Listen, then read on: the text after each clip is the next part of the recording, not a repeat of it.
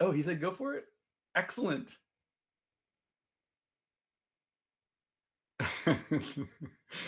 All right, we're starting. I'm watching chat. It's set to start. I was waiting for the thumbs up.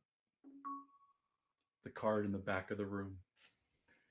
All right, I'm Michael Case and work for Intel in a group that does deep embedded, so very small systems inside where we are sharing decisions between silicon and firmware, and when we're going to decide what we're going to do.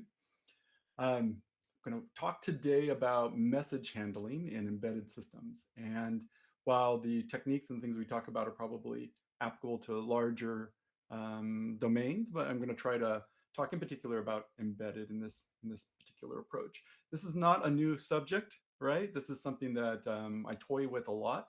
So, and that's because it's a common problem, whether we're talking about sending data across protocols on networks, or we're talking about how to communicate to a particular device on a CAN bus, or we have a SPI or some other interesting thing that we're communicating to.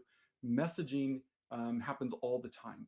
And if we think about it, messages happen everywhere in embedded systems, largely because the embedded systems have really, really wide interfaces or wide surface areas for interfaces. They deal with the inputs and outputs of a lot of things and coordinating those. That's a common trait of an embedded system. And as a result, there are very often all kinds of different protocols that we're speaking and different types of hardware devices that we're speaking on. So we have messages everywhere. A common way that I've talked about in the past with dealing with messaging is using boost fusion or a fusion based serialization. So I just want to cover that real fast, what that looked like, and maybe some of the concerns that we had with that. So if we use that technique, what we would do is we would take a struct, and that struct would represent the data that we want to send. And so the nice feature of this is that we have one struct that represented a message type, and that message type could be sent around. So this one has a command and a motor temp and a voltage and an error state inside of it. And how we would then go ahead and implement this is we would use a technique in which we would adapt the struct.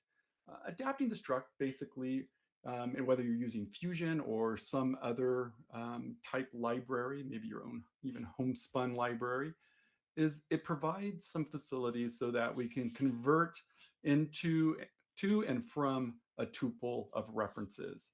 Um, it also provides specialization so we can look up names. So we can kind of think of that like introspection, cheap, poor man's introspection. And then we have a variety of different type traits that we can test things with. But that's the basic idea of adapting. It would look like this if we were using Fusion. We would just say adapt this struct. We give the struct name and which of the fields we want to adapt, and in the order that we want them to adapt it.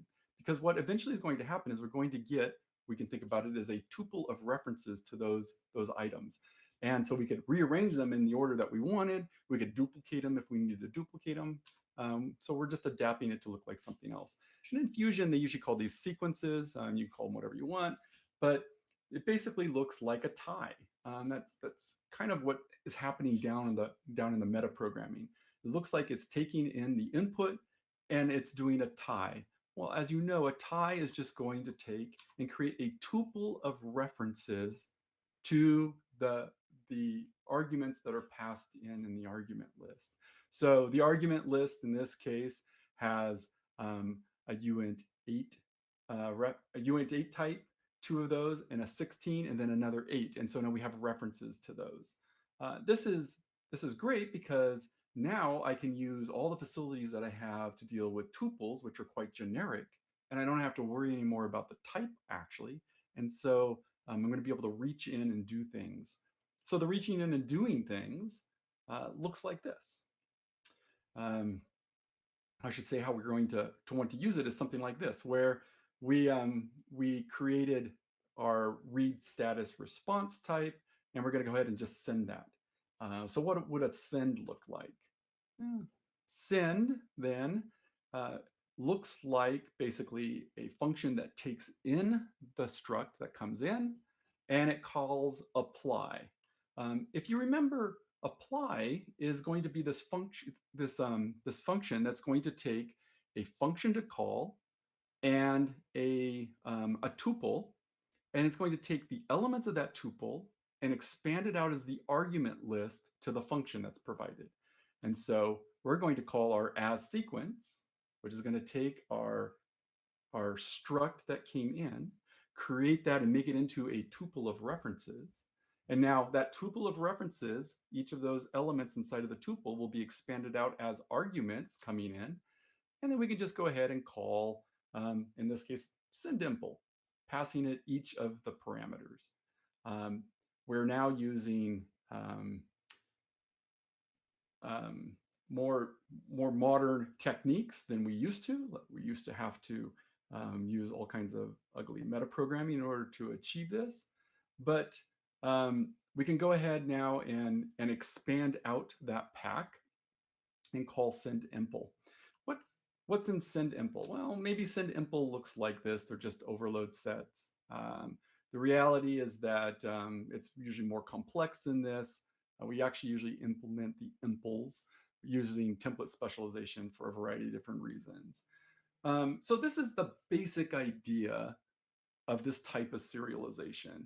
And it has some benefits. One of the benefits is that we write the serialization for the base types. You notice that we were writing it for what the leaves are, the very bottom parts. And those can be reused over and over again because we've adapted whatever the struct is to those types. We can compose either flat or hierarchical types. So you can imagine that a type contains another more complex type.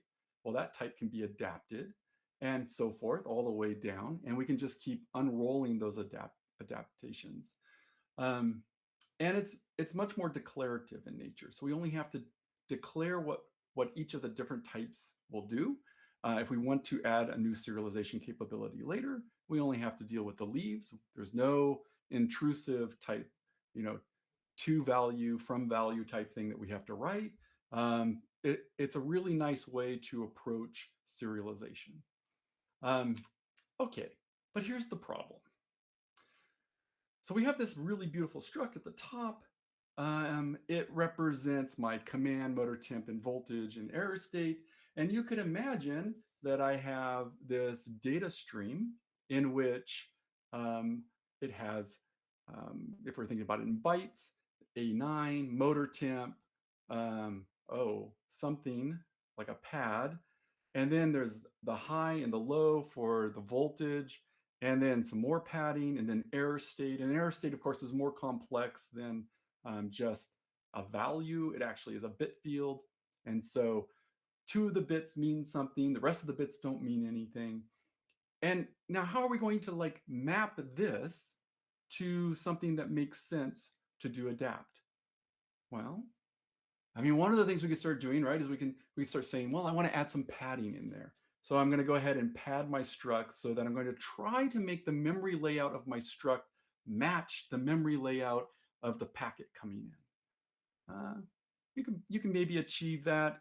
It starts creating havoc in your life and creating this problem where you are tying together 2 different concepts. One is the layout, and the other one is the representation of what you want to think about the data. The other problem, though, is these wannabe bit fields, and pesky little bit fields you can't take the address of a bit field or a reference, which means we can't use our cute little adapt trick. And the reason we can't is because what happens is if you were to try to take a reference or an address of it, it has to make a copy because there's not an address to that bit.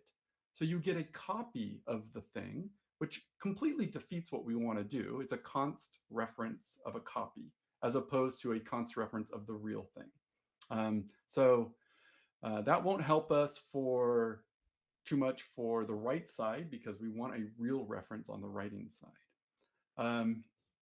So normally what I would do in the past is I'd look at this and I go, okay, well, this is close. This got me part of the way there. And then I would take a secondary step and come up with another bit. This is fine if you own the wire, right? If you have both ends are yours and you're just going to be sending stuff back and forth, you can do this all day long. But when you don't own the wire or you don't own the protocol, or you're trying to adapt to a protocol that already exists, you need to do something else. We need to actually take the, the definition that we have of what the message is and somehow make that match what we want. So we're going to have to do something better. Um, and so what is better? What are some goals? So some of the goals, I think, are we want to be able to represent bitwise structures, the packet layout. What does the physical description look like for the packet that we have and our message? Because at the end of the day, we're dealing with this type of thing all the time, right? We're dealing with what exactly is the layout of the data that we have. The next thing we want to be able to do, I think, is we want to have data validation in there somehow. We want to be able to say that what we have and what we've received is correct. It matches some type of goodness factor along the way. I want to be able to extend the definition. So I want to be able to describe something that might be somewhat generic and reusable, and then extend that later and add more features to it as time goes on. I want to be able to easily debug what I have. I also want some other capabilities. I want to be able to test it, some other things, but we won't have time to talk about all that tonight because Odin won't give me 90 minutes. So let's see. Let's talk about this slide, which shows up in a lot of my talks these days. It's the value slide. The value slide, the idea is that we want to be able to push value up and hardware specifics down. The hardware specifics down is how things get done. At the end of the day, bits need to be twiddled, things have to be called, registers have to be manipulated. But the value side, the part of it in which at the end of the day, most companies pay us to think about and do and solve, that ends up being very declarative in nature, or should be very declarative in nature. It allows us to compose things and put things together in such a way that we can talk about the what's as opposed to the how's. And when we are able to talk about what's instead of how's, we're able to actually make code that actually is more correct, has fewer errors. And so we want to continue to think about how can we make our code more declarative? What can we do to make things more declarative? And so let's do that.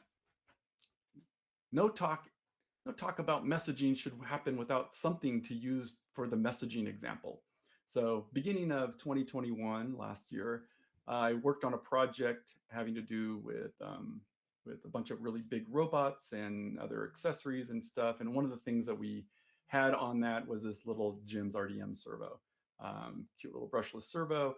Happened to talk on CAN bus. It was like, yeah, one more thing to communicate through another bus mechanism. There were already several others. And so let's go ahead and just use this as our example of maybe how to solve a problem or what we're looking at. So here's some sample commands. Here's a command where we can see that the first byte coming in is going to be this command byte. It has then the next byte is null, followed by some parameters. It looks like each of those parameters are 8 bits. Okay, so that's one variation of a message that we'll need to be able to handle. This is one that's coming in. It's a received message. Here's another received message. So in this particular case, we've got the command bit followed directly by some byte that's represented by that represents the motor temperature, followed by a null, and then 2 bytes. If we put them together, they're going to be 16 bytes worth of the voltage of the unit. Ends up that voltage, of course, is it says it's 16 bits, but the reality is it only is 14 bits are useful. And then we've got some more nulls, and then the error state. And of course, the error state is something like bit fields. So we have a couple different bits that mean different things inside there. So where we're going then is we want to be able to, at some point, solve this problem in a more declarative nature. One thing that we could start off by doing is just talking about fields. We could say, it looks like we have some things that are called fields. Let's just call them out. we've got fields, and the fields we're going to represent by saying that which bit they begin with and end with. We can talk about the type that we want to utilize when we're talking about the field. So the first two will be uint dates, then we have a uint 16, and then two bools. You'll notice the first parameter in here, we're actually giving the field a name. We'll talk a little bit about that later, but the field has a name also. So this is nice in the sense that I can just say I have some fields and they represent the actual the bit fields that are inside of the packet that has come in. So now I can say I have a message, and that message then is the aggregation of those fields. So in particular, this message, it is the aggregation of the command, motor temp, voltage, under voltage status, and temperature status, the ones that we had before just a moment ago, right? So these are the fields. You'll notice the other thing that I said is that the command field is going to be equal to A9. So I'm able to start putting constraints right here about what my message means. It's not just like any command. This one is the command that's A9. It's required. Messages also have this nice capability of giving it a name, which we'll talk about later. And we need to know about the size of a packet. So two is the size of the packet. We'll look at that a little bit later too. I mentioned earlier that the voltage is actually, it's a 16-bit field, but only 14 of the bits are valid, and the top two are supposed to be 0. So in that case, then I should be able to say that the voltage should be less than this. And if it's not less than this, then actually the message is invalid. If those upper two bits are set, we've got a problem. So I can again now start adding some of the constraints, the requirements to what this message is and what it means. So I now have my motor status 1 message. How would I use this thing? Well, I can go ahead and construct one with the packet, and then I can ask questions. Was it valid? Does it meet the constraints that I had set up previously? Is this a valid packet? I could ask it things like, I could get the under voltage status. Remember, this is going to return a bool because that's what I told it I wanted to treat this field as. I can also see what this field is the temperature status set or not. So the direction we're moving towards is something that looks like this for the setting it up. Here we're going to go ahead and construct one. So we should be able to construct one by just providing it a list of the fields constructed with values inside of them. So these were our fields that we had previously defined. And now I'm constructing those fields, providing values. I can again check to make sure that the message is valid message. Does it meet the constraints that it was supposed to have? I can go ahead and set later on if I want fields and values for that. So it's just kind of a little bit of a preview, I guess, of some of the things that we want to do with this. So this is where we're going to go. Okay, so how are we going to get there? All right. So the parts of our messaging at the lowest level, we're going to call it the packet, or here's the memory, the thing that came in, the actual bits in the layout that they exist. And on top of that, we have then fields, and those fields will be able to access different parts of the packet. The fields, as you could see previously, we can specify where they begin and where they end. There can be gaps, all of that stuff. And then we're going to pull it all together and we're going to combine it and call that the message. So at the bottom, we're going to use the term message data. And message data, it's going to have a maximum number of words that it can store. And we're just going to go ahead and store that at the moment. We'll think about it as an STD array. And the word type will just be uint32 for at least for our slides at the moment. So we have some data basically, right? So this is the data representation. And we're going to keep track of the words. These are maybe the words that are actually used. We might not have used all of them. And then all of the standard bits and pieces that you would normally think to be there. Of course, move is meaningless because these are stack-based objects, but there you go. All right, so we should be able to now construct these things and copy these things around. They'll look like real types.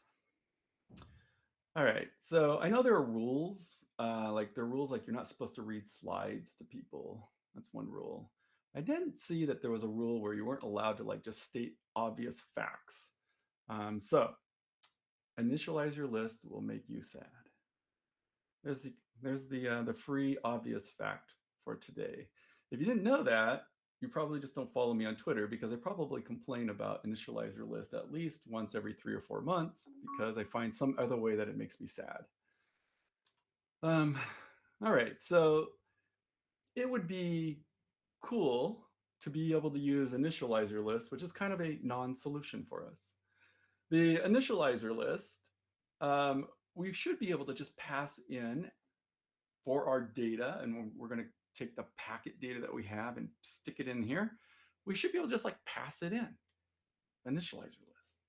But we don't want to pass it in if we can't verify that the size at compile time is going to be okay.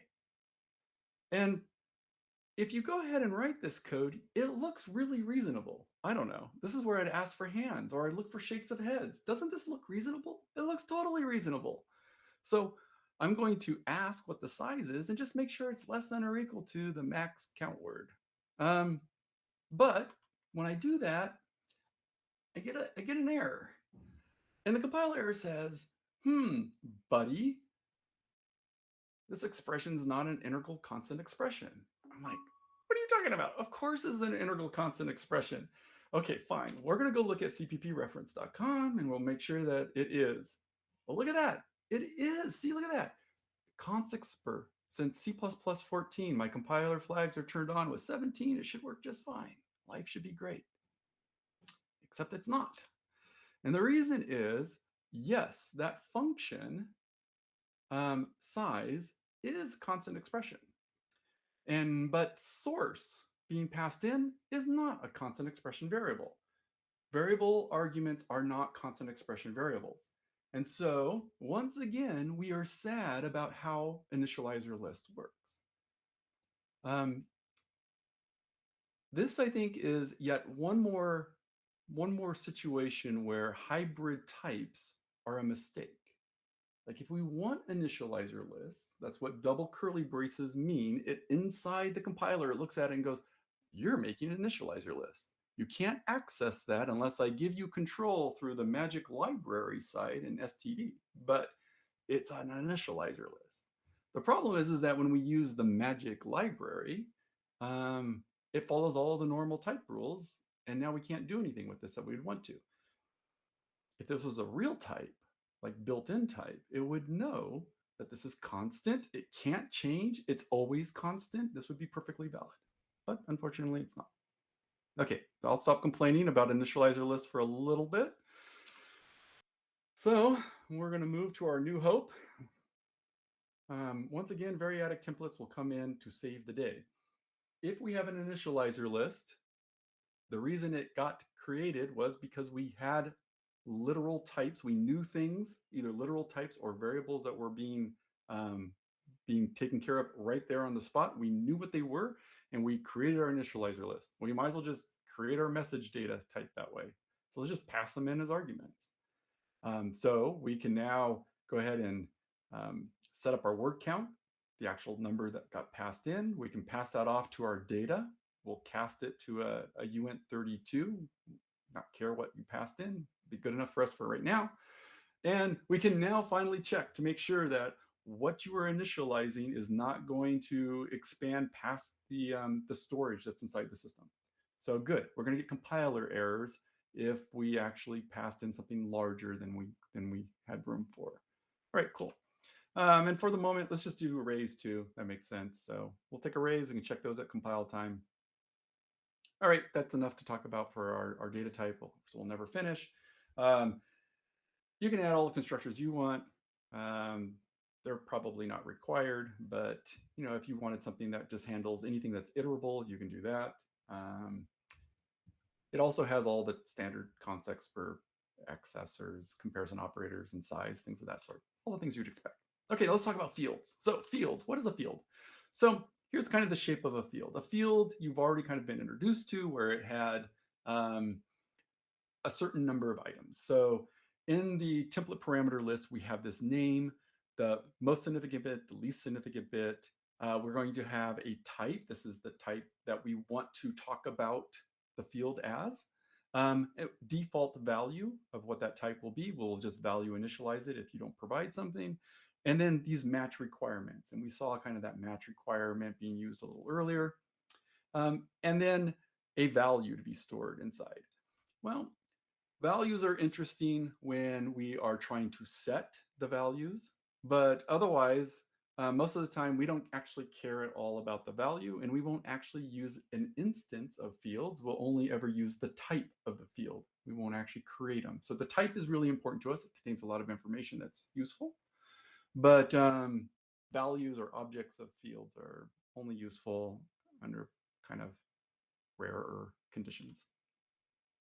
So how do we construct one of these? Easy enough, right? We can construct one by default constructing it, get the default value, or we can go ahead and construct it with a value.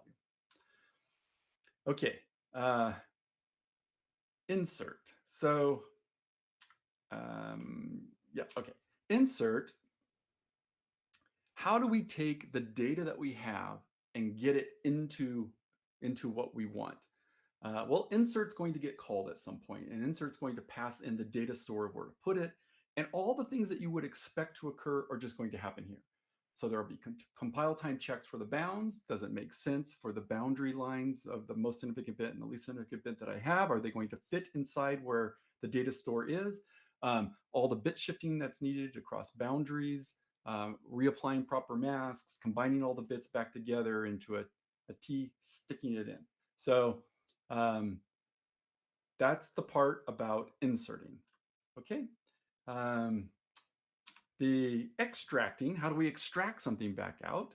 Notice this one is static because we can extract without having to care anything at all about an object. So we just need the data store of where the data is. All the normal things that we just talked about. We're going to have compile time checks for bounds. We're going to do all of the whatever we need to do as much as possible at compile time, bit shifting, applying proper masks.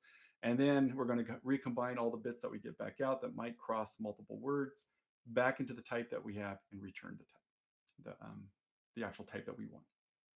So inserting and extracting are the standard at the bottom of that stack that I was talking about earlier, right? That's like bit twiddling, things that we do all day long, all the normal things that you would expect. Field constraints. So we saw two in there, this with required and less than. So how are field constraints put together? What are those?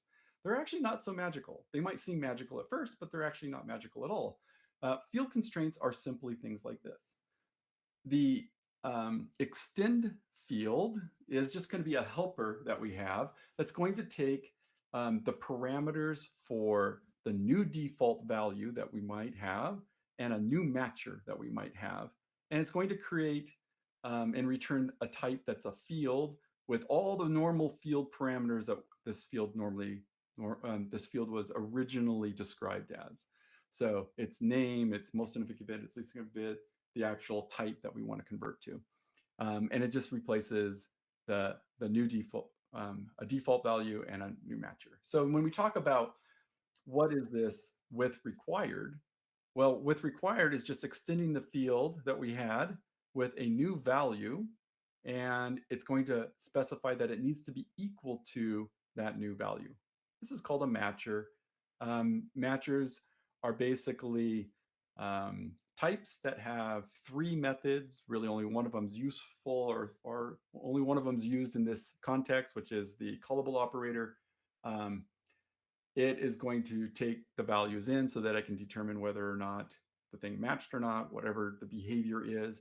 The other things that are in there have to do with debugging and logging capabilities, and there'll be later time that we'll talk about that.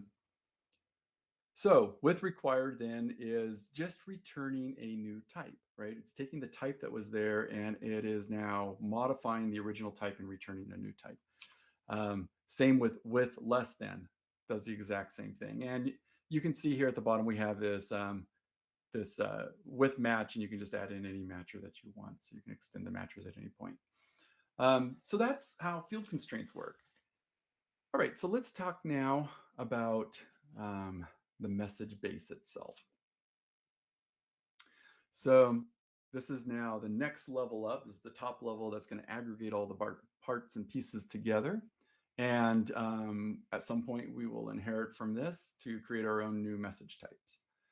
What does it have? It has a name, and that name is useful, again, for logging and debugging. It has a max word count that we're going to want to pass on to our storage. And it has some number of fields, right? Those are the fields that we saw earlier when we were putting this together.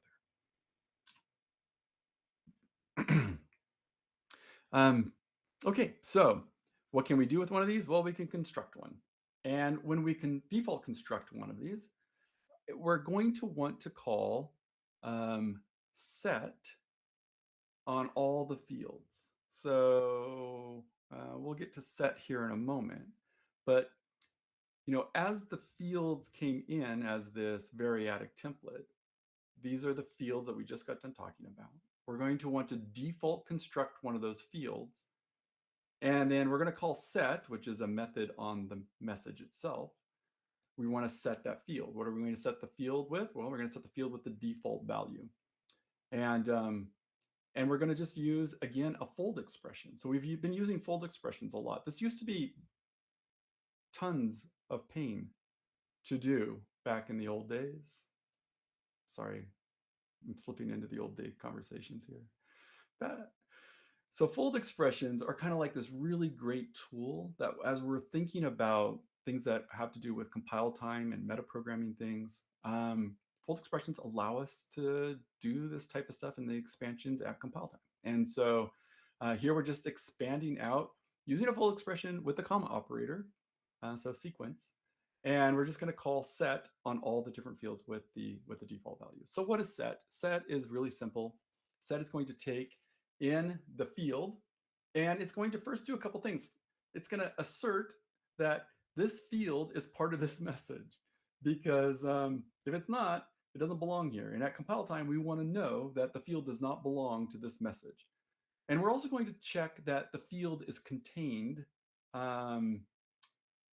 Check that the field is contained within the message, the bounds of the message itself. Won't go into that in too much detail, but set can be called, the field can be correct, but the memory bounds that are held underneath are not adequate at the moment to hold that. And we want to know that at compile time, that it's been constructed in a way that it won't hold the value and fail. And then we're going to call field insert. Well, we already saw field insert earlier, right? It's all that bit twiddling. So we're just going to call insert on the field, and we're going to pass it the data, which is just the underlying data representation. Let it stick in the bits and pieces. So set, pretty easy. All right, great. So has field. I have the static assert for has field. Well, what is has field? Again, has field is really simple. So has field is going to do nothing more than, again, a fold, but a fold this time with an OR, logical OR. And it's going to check, is it the same? Was what the same? Is the field that I have been passed in, I'm asking about, is that field's ID the same as the field ID of any of the fields that the message was created with? Okay, and we're going to expand that out. So we don't need a metaprogramming library or anything else, which is really cool, right? We can just, again, we can just use fold expressions to do a lot of our dirty work for us. It'll happen at compile time.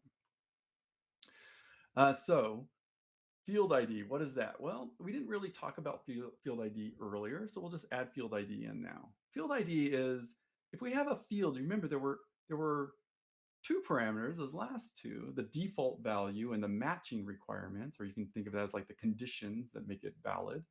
Well, those might change, but they're really independent of the field. They're interesting to that construction of the message itself. And so we want the field ID to only represent the name, the most significant bit, the least significant bit, and the type.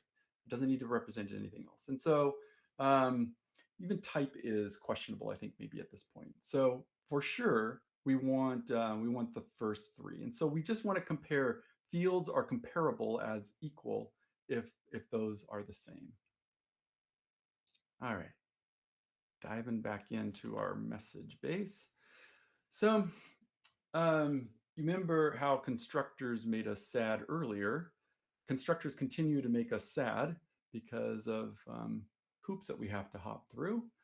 Here, in this case, one of the ways that we could construct a message would be by passing in all the individual values that represent the message. And so the message might be constructed just out of parameters that are passed in. We want, if you remember, right, there are two ways to construct messages. One was we could construct it with the packet, and the other way we can construct it is we construct it with fields. And we need to be able to distinguish those two. And so how we're going to do that is we're going to use our good friend Sphena to do that. So with enable if, we're going to check to see if the type, the first type passed in, is it integral? If it is, we must be talking about the payload. We must be trying to construct a message with a payload inside of it already. And so what we'll do is we'll go ahead and just grab the first parameter and we'll say, okay, is it integral? And if it is integral, what enable ft does is if this is a true statement, then this second parameter is the result. So the result of the type then is an int, and we're just saying int equals 0. If this is false, then there is nothing for it to pull out, and this becomes actually an error. Substitution failure is not a failure, tells us that we don't want to fail on this. We want to continue on to the next possibility. So this is no longer a candidate if it's not integral. That's basically how that works. So if it is, then we can go ahead and construct our message data, the underlying bit, right? We can pass this off to our base class, giving it all the values. Okay, life is good. If we are dealing with the message, oh, yes, so there was a question about, couldn't this be a concept? It could be a concept, but I don't have a C++20 compiler. So it's not a concept for us. Yep. Good question. So now if we're talking about the arguments coming in as fields, then I want to do the same type of thing. I'm going to check to see if what I'm getting are fields. And if it's a field type, then I'm going to use this version of the constructor. So what am I going to do? I'm going to call set, which we saw previously, and set all the default values. I'm going to then set the first one that I got in, and then I'm going to set all the remaining ones that I received.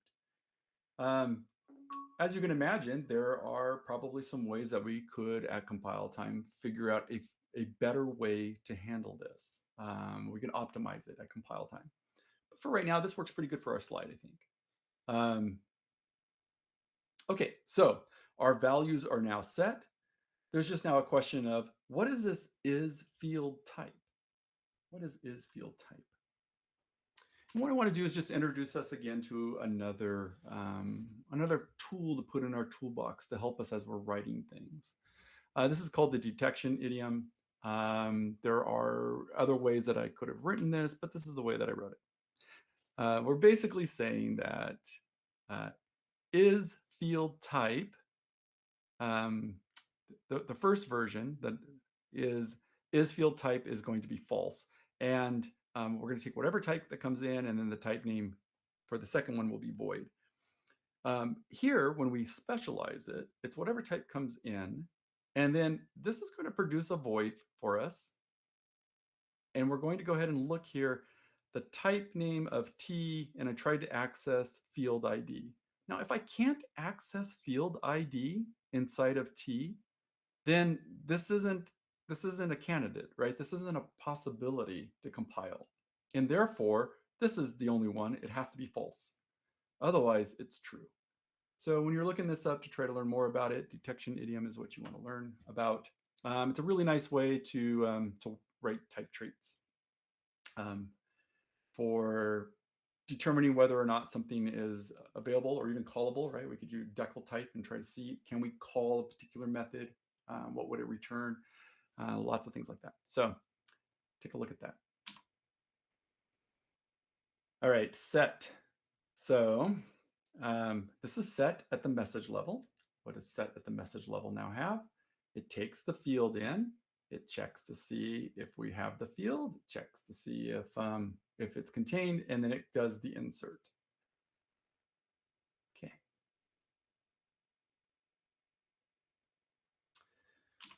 All right.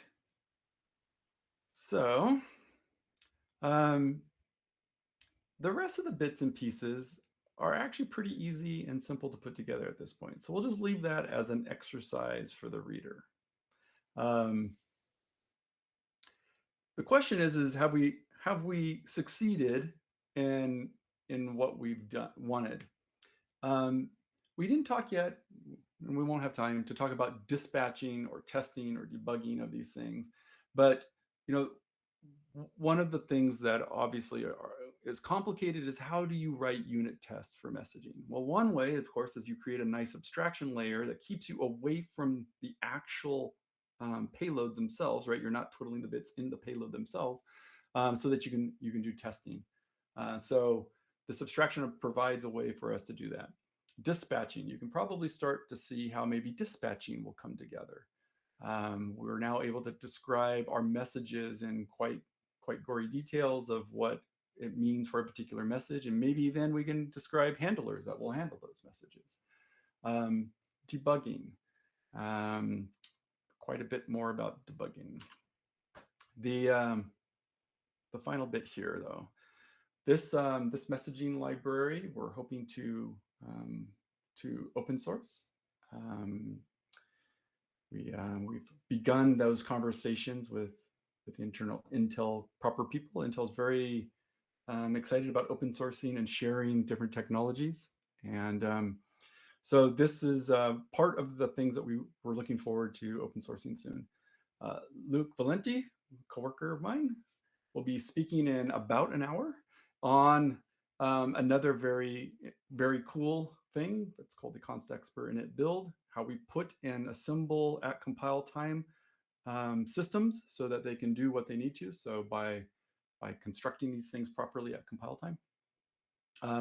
And he'll probably just very briefly mention messaging and dispatching, and you'll kind of get an idea of where that's coming from. Luke will also at C++ now be talking about the string constant and logging libraries, which allow us to do embedded logging at the deeply embedded level without taking up room. And I'll be talking more at C++ now about gory details of techniques and such for this messaging library and the matching bits and pieces of it, as well as the dispatching. So there's more coming. Thank you for being here. Please follow me on Twitter. And then, if there are any questions, I'm happy to take those. I'm probably looking at the wrong thing. Look at that. I was not looking at the room. Okay. There are no questions. Do we have questions? I have 3 minutes. Remy had one. Okay. Looking back, I did not see it. Oh, okay. Yes, great question. If you don't have a C++ compiler, 20 compiler, how do you have strings and template arguments for the name of fields? We don't. There's a little like macro name that goes right before those strings, but it just makes the slides ugly. That's really the only place I'm lying on those slides, by the way. So just add a little macro in there so that it expands out to decal type inside of the parentheses. Then we've got the string underscore sc. All right. Then it's all fine. But that's just like, that's noise on the slide. I cheated. Yes.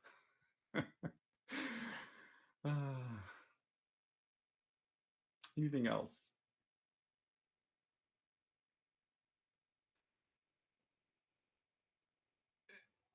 Yeah, Luke's mentioning that those bits and pieces of strings go into a compile time string library that we have. That's very, very magical.